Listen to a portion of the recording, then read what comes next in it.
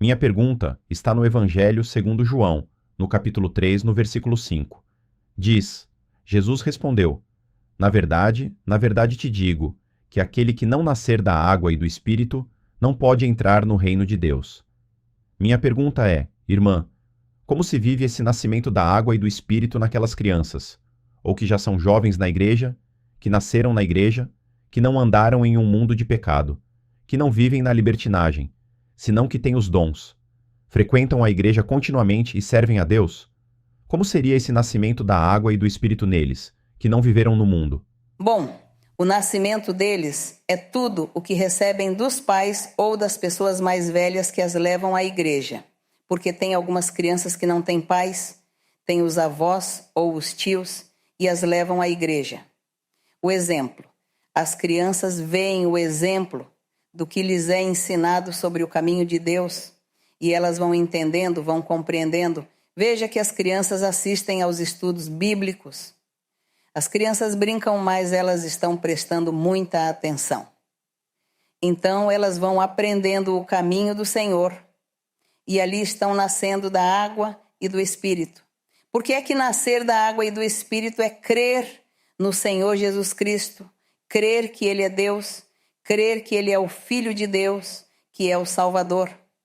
E se cremos, então Ele nos dá o Espírito Santo, e o Espírito Santo vem a nós para morar em nosso coração e nos ensinar o caminho da vida eterna. E Ele é o que nos pastoreará e nos guiará e nos ensinará todas as coisas. E esse é o nascimento da água e Espírito. Então, o nascimento da água e Espírito está aqui, no último verso. O irmão leu o 3, não foi? Capítulo 3. De João, sim. Versículo 5. Aí está a resposta. Aqui está a resposta quando o Senhor Jesus disse a ele que era necessário nascer da água e do Espírito.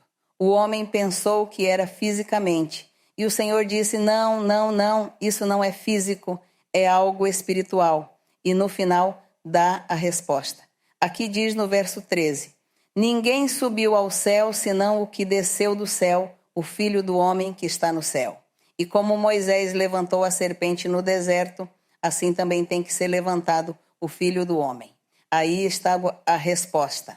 No 15, ou a resposta de nascer da água e de Espírito, para que todo aquele que nele crê, em Jesus Cristo que veio do céu e que vai subir ao céu também, para que todo aquele que nele crê não se pereça, mas tenha a vida eterna. Então, crer em Jesus Cristo é aceitá-lo como o Salvador, o enviado de Deus, o precursor da salvação que Deus enviou, que é o mesmo Deus que se fez homem e que Deus disse que era o Filho de Deus. Então, crer nele como Filho de Deus, como Deus e como Salvador. Quando você crê e aceita, você nesse momento está nascendo da água e do Espírito. Porque a água e o Espírito é o mesmo Senhor Jesus Cristo, o Espírito de Deus. E a água é a palavra, a doutrina do Evangelho puro de Jesus Cristo. Essa é a água. Por isso o Senhor disse à samaritana: eu sou a fonte de água da vida eterna. O que de mim beber terá vida eterna. Então, sem ver, a água é a doutrina que ele estava pregando. Era ele mesmo. E o Espírito Santo pôs o Espírito. Quando o Senhor disse: eu vou, mas vou enviar o Espírito Santo que estará com vocês sempre.